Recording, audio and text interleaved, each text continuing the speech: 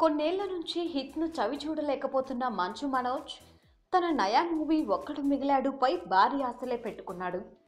ఈ సినిమాలో Manchu Manoj dual role పోషిస్తుండడం, అందులో ఒకటి ఎల్టీటీఈ నాయకుడు ప్రభాకరంది కావడంతో చాలా మంది ఈ సినిమాపై ఆసక్తి చూపిస్తున్నారు. అయితే చాలా కాలం నుంచి పోస్ట్ ప్రొడక్షన్ వర్క్ స్టేజ్లో ఉన్న ఈ సినిమా ఎప్పుడు ఆడియన్స్ ముందుకొస్తుందనే విషయంలో ఇంతవరకు క్లారిటీ లేదు.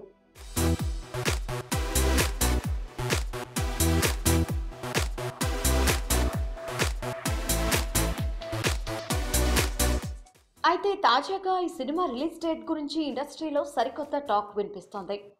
వచ్చే నెల 8న ఈ సినిమా ప్రేక్షకుల ముందుకు రావచ్చని చిత్ర యూనిట్ అభిప్రాయపడుతోంది. ఆ తర్వాత పెద్ద సినిమాలు పోటీ ఉండడంతో సెప్టెంబర్ తొలి వారంలోనే ఒక్కడు మిగిలాడు సినిమాను రిలీజ్ చేయడం బెటర్ అని దర్శక నిర్మాతలు భావిస్తున్నట్టు సమాచారం.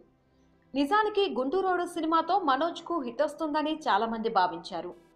అయితే ఆ సినిమా యంగ్ హీరో ఆశలను నెరవేర్చలేకపోవడంతో ఇప్పుడు అందరి చూపు ఒక్కడు మిగిలాడు సినిమాపై పడింది.